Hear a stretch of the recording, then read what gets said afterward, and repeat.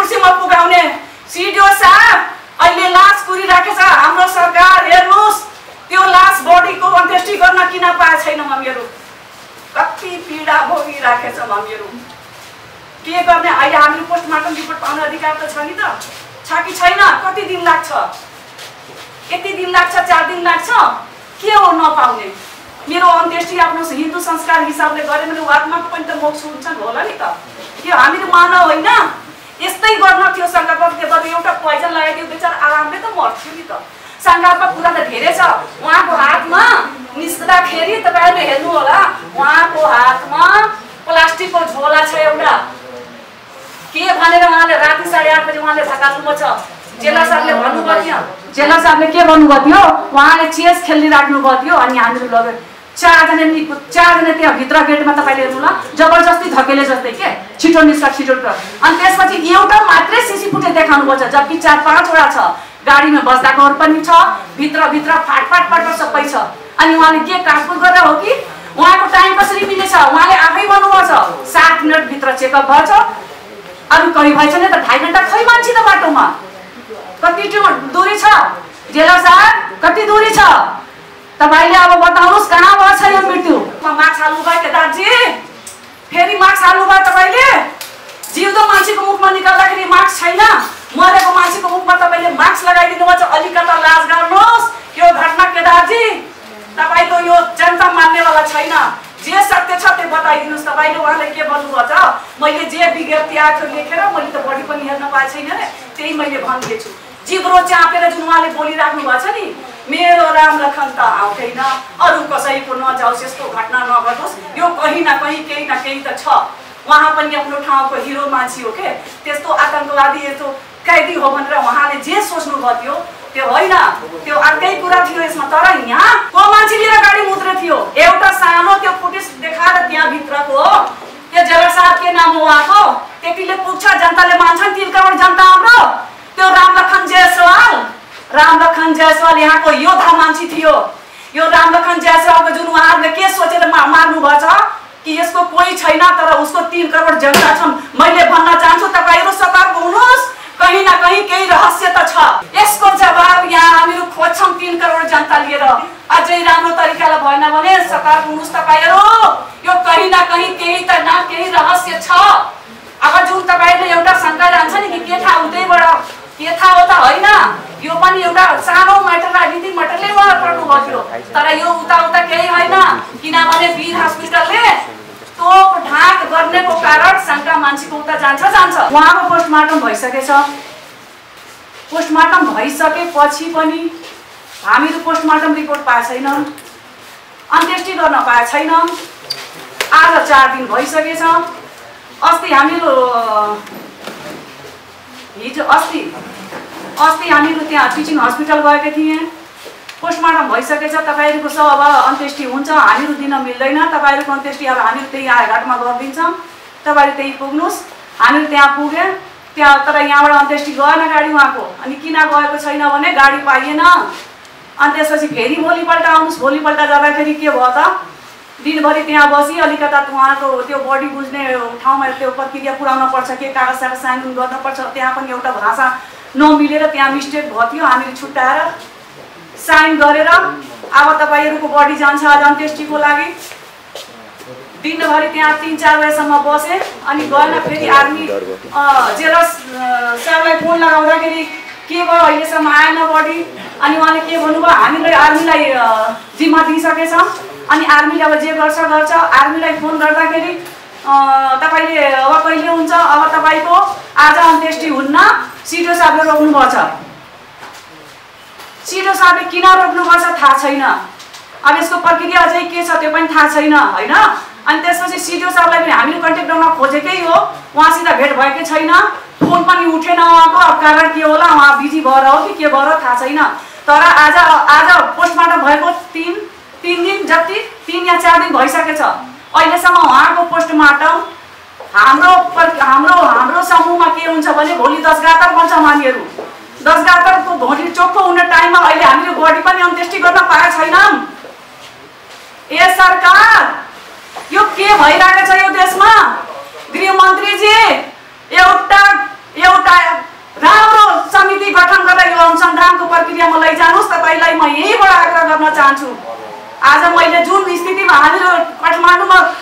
गरिराखेका छौँ। तपाईँहरूले यहाँ हेर्नुहोस्, यो कहीँ न कहीँ रहस्यमय घटना छ। अब म यसमा के फोकस गर्न चाहन्छु, हाम्रो जेलर साहबले के भन्नुभयो थियो, मैले उसमा अन्तर्वार्तामा उहाँले 28 बजेर 28 मिनटमा सीसी फुटेज निकाल्नु भएको छ। तपाईँले ध्यानले सुन्नुहोस्, 28 बजेर 28 मिनटमा जेलबाट निकाल्दा उहाँले देखाउनु भएको छ। त्यसपछि अलिकता भित्रै उहाँले के भन्नुभएको छ, आफ्नो एउटा इन्टरभ्यूमा 7 मिनट मात्रै भित्र हामीले चेकअप गराएको छौँ। भित्रै पनि हुन्छ नि चेकअप स्थिति, होइन?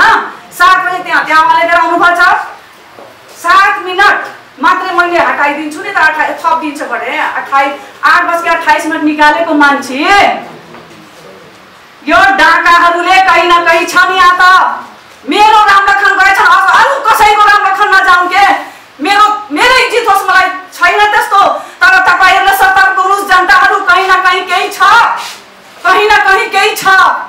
8:28 मिनटमा निकाल्ने मान्छे 10:55 पुगेछ हस्पिटलमा, 2.5 घन्टा खैद मान्छे।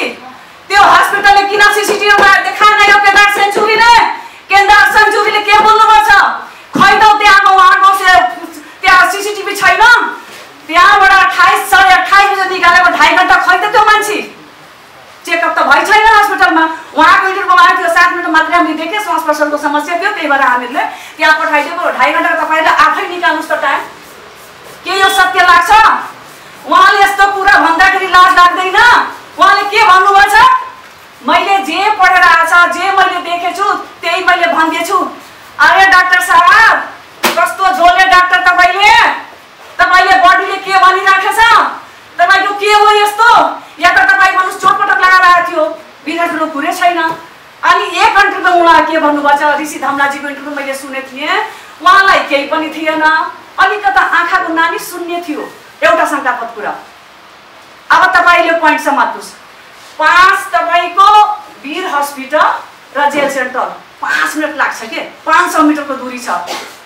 त्यति 2.5 घन्टा मान्छेको कहाँ यिनीहरूले हत्या गरेछन्?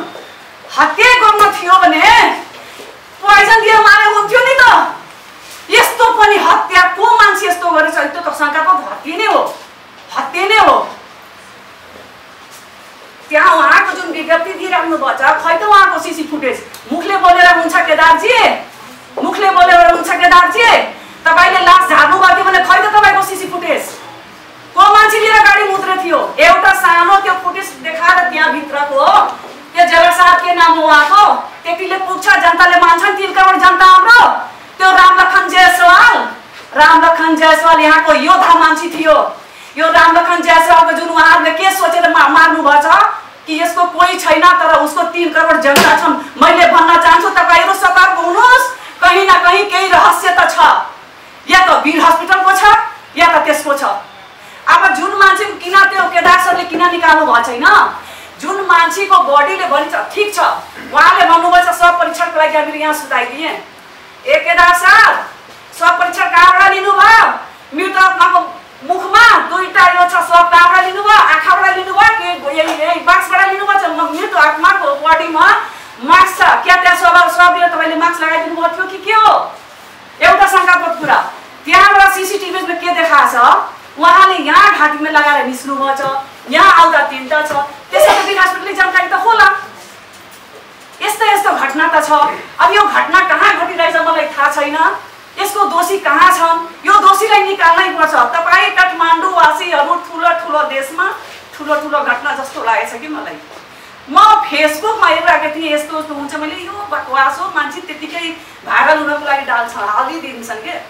तर कसैको घरमा यस्तो नघटोस् दोबारा। सबै जनता एउटै हुन्, हामीहरू नै हो यिनीहरूलाई कुर्सीमा पुगाउने। सिडिओ साहब, अहिले लास कुरिराखेको छ हाम्रो सरकार, हेर्नुहोस् त्यो लास बडीको अन्त्येष्टि गर्न किन पाएको छैनौँ हामीहरू? कति पीडा भोगिराखेको छौँ हामीहरू। के गर्ने? अहिले हामीले पोस्टमार्टम रिपोर्ट पाउने अधिकार त छ नि त, छ कि छैन? कति दिन लाग्छ? यति दिन लाग्छ, 4 दिन लाग्छ? के हो नपाउने? मेरो अन्त्येष्टि आफ्नो हिन्दू संस्कार हिसाबले गरे भने आत्माको पनि त मोक्ष हुन्छ होला नि त। त्यो हामीले मानव होइन, यस्तै गर्न थियो। शङ्कास्पद एउटा पोइजन लगाइदियो, बेचारा आरामले त मर्थ्यो नि त। उहाँको भनाइ अनि त्यो बडीको भनाइले जनता मान्छ। उहाँलाई अलिकता पनि सरम लाग्दैन मैले के बोलिराखेको छु। 3 दिनमा यहाँबाट लास निस्किन्छ रे, यहाँबाट निस्किन्छ रे। अनि उहाँले 4 दिन किन हस्पिटलमा सुनाउनु भयो? यदि स्वाब निकालेर टिचिङ हस्पिटलमा पठाइदिए भइहाल्थ्यो नि त। पोस्टमार्टम गर्ने कसले अर्डर दिए थियो त? पोस्टमार्टम गर्नेको डिमान्ड त हामीहरूको हो। उहाँले भन्नुभयो ल ल उहाँहरूले जेलर साहबले अनि के अरे रिक्वेस्ट गर्नुभयो हामीले स्वाब लिएर सुताइदिए। किन सुताउनु पर्यो? टिचिङ हस्पिटल पछाडि भइहाल्थ्यो नि त। मेरो भनाइ के छ भने यो तपाईहरुले हेर्नुस्, यो कहीं न कहीं केही त केही छ। कहीं न कहीं केही त केही छ। यसमा यो दुईजनालाई थाहा छ। यदि जुन मान्छेले ठीक छ उहाँले आउनुभयो, उहाँले भनिदिनु भयो उहाँको मृत्यु भइसकेको थियो, झार्ने गाडीबाट मान्छे त कोही होला नि, खै ड्राइभर त्यो गाडीवाला पुलिस प्रहरी कसले लिएर आएको थियो त्यहाँ? खै त त्यो मान्छे कहाँ छ? त्यो मान्छे किन आएको छैन अगाडि? हामीले हो झारेको, हामीले यहाँ सुताएको।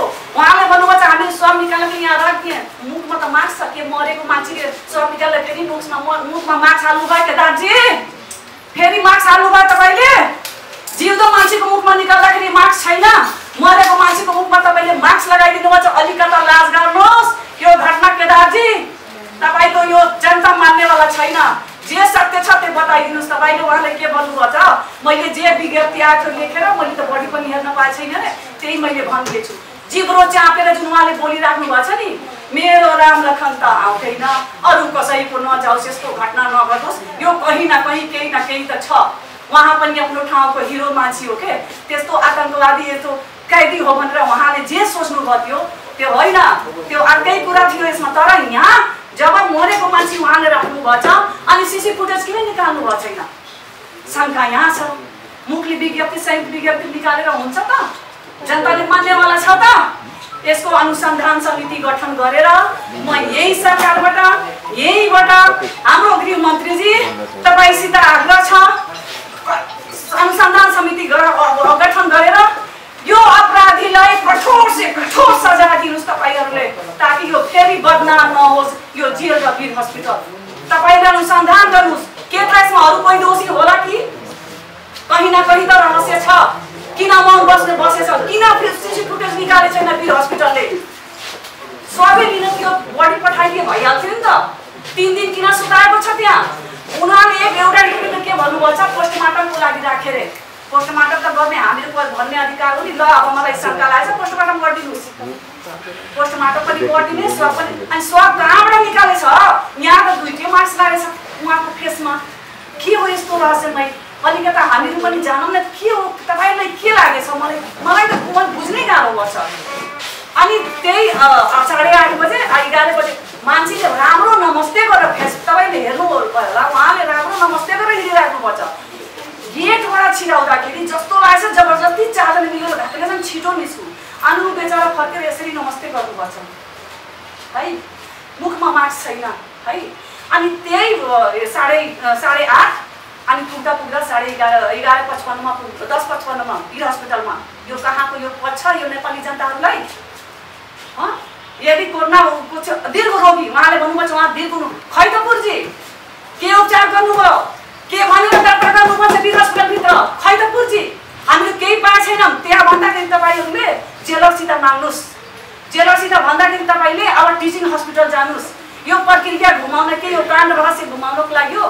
एकजनालाई मारेर अरूलाई यसरी अब खै के भएछ के भएछ त्यस्तो छ। अब मलाई मेरो के भनाइ छ भने यो अनुसन्धान समिति गठन गरेर कहीं न कहीं हत्यारा त लुकेकै छन्, कहीं न कहीं त त्यो रहस्य त छ। यिनीहरूको साँठगाँठ के छ? यसको पछाडि को छ? कसरी भएछ? अब जनताले जब त्यहाँ हल्ला गरिराखेछ यो छैन त्यो छैन, उहाँहरूले जनतालाई बोलाएर 2-4 जना यस्तो व्यक्तिलाई ल तपाईले आउनुस् त म टाढीबाट देखाइदिन्छु आँखा छ कि छैन, यो छैन यो सुन्नु मतलब छैन। तर उहाँहरूले के बोलाइदिनु भयो? पुलिस बोलाइदिनु भयो। ल अब लाठी चार्ज गर यिनीहरूले के गर्छन् भनेर। कति मार्नुहुन्छ तपाईहरु? कसले पुगाएको छ उहाँहरूलाई यसै गर्नको लागि हो? हामीहरू भएनबाट आएर यो सडकमा आज 9 दिन भएछ। एउटा सिम्पल मान्छेबाट चाहिँ आज 9 दिन भएछ। के शोभा दिन्छ? यो राम्रो कुरा हो? यो होइन राम्रो कुरा। अब हाम्रो माग अहिले कहिले अन्त्येष्टि गर्ने पाउने? हामी खै त किन पाएन? हामीले किन पाएन पोस्टमार्टम रिपोर्ट? किन पाएन? आज 4 दिन भइसक्यो। जेलर अहिले हाम्रो आर्मी साहबले भन्नुपर्छ, उहाँले रोक्नुपर्छ। किन रोक्नु भएको हो? भेटे नहुने पाउने के कारण हो? अब यो अनुसन्धान समिति त राख्नै पर्छ ताकि आउने सालमा यस्तो घटना फेरि नहोस्, अरू कसैको माथि यस्तो काण्ड नहोस्। मेरो भनाइ यही छ, अरू केही पनि छैन। सङ्घात्मक कुरा त धेरै छ। उहाँको हातमा निस्कदाखेरि तपाईँहरूले हेर्नु होला, उहाँको हातमा प्लास्टिकको झोला छ एउटा। के भनेर उहाँले राति 8:30 बजे उहाँले धकाल्नु छ। जेला साहबले भन्नुभयो थियो, जेला साहबले के भन्नुभयो थियो, उहाँले चेस खेल्ने राख्नुभयो थियो अनि हामीले लग्यो। 4 जना त्यहाँ भित्र गेटमा तपाईँले हेर्नु ल, जबरजस्ती धकेले जस्तै के, छिटो निस्क छिटो। अनि त्यसपछि एउटा मात्रै सिसी फुटेज देखाउनु पर्छ, जबकि 4-5 वटा छ। गाडीमा बस्दाकोहरू पनि छ, भित्र फाटफाट सबै छ। अनि उहाँले के काटकुट गरेर हो कि उहाँको टाइम कसरी मिलेछ? उहाँले आफै भन्नुभएको छ 7 मिनट भित्र चेकअप भएछ। अरू कहीँ भएछ नि त 2.5 घण्टा खै मान्छे त बाटोमा। कति दूरी छ जेला साहब, कति दूरी छ? तपाईले अब बताउनुस् कहाँ भएछ यो मृत्यु? मलाई मेरो भनाइ यही हो, अरू केही पनि। अब अनुसन्धान समिति गठन गरेर यो घटना कहाँ घटेछ यो सबै जनताको अगाडि ल्याइदिनु पर्यो। मेरो बस भनाइ यही छ। अझै मलाई आज यो काठमाडौँमा कति बस्नुपर्छ थाहा छैन, तर सही तथ्य के हो, कहाँबाट हो त्यो जनताको अगाडि। किनभने जनता जागिसकेछन्। जति उहाँहरू विज्ञप्ति दिइराख्नु भएको छ नि, जिब्रो चापेर केदार साहब यो मिले छैन के तपाईँको, यो मिलेकै छैन। बडीले केही अरू भनिरहेको छ। 20-22 डिग्री सेल्सियसमा त्यति 2 दिन 3 दिनमा यसो मान्छेको लास कुहिन्छ? तपाईँहरूलाई लाग्छ कि यो कुहिने ठाउँ हो यसरी? अरे बोल्दाखेरि त कहिले कमसेकम पोइन्ट बोलाए लगाएर बोले त बची हाल्नुहुन्थ्यो कि कहिले कहाँ के बोल्ने, कहिले कहाँ के बोल्ने।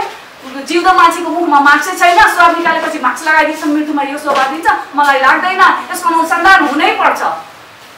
अहिलेसम्म हामी रिपोर्ट किन पाएन त्यो पनि अहिले सङ्घातकै कुरा भइसकेछ। धन्यवाद।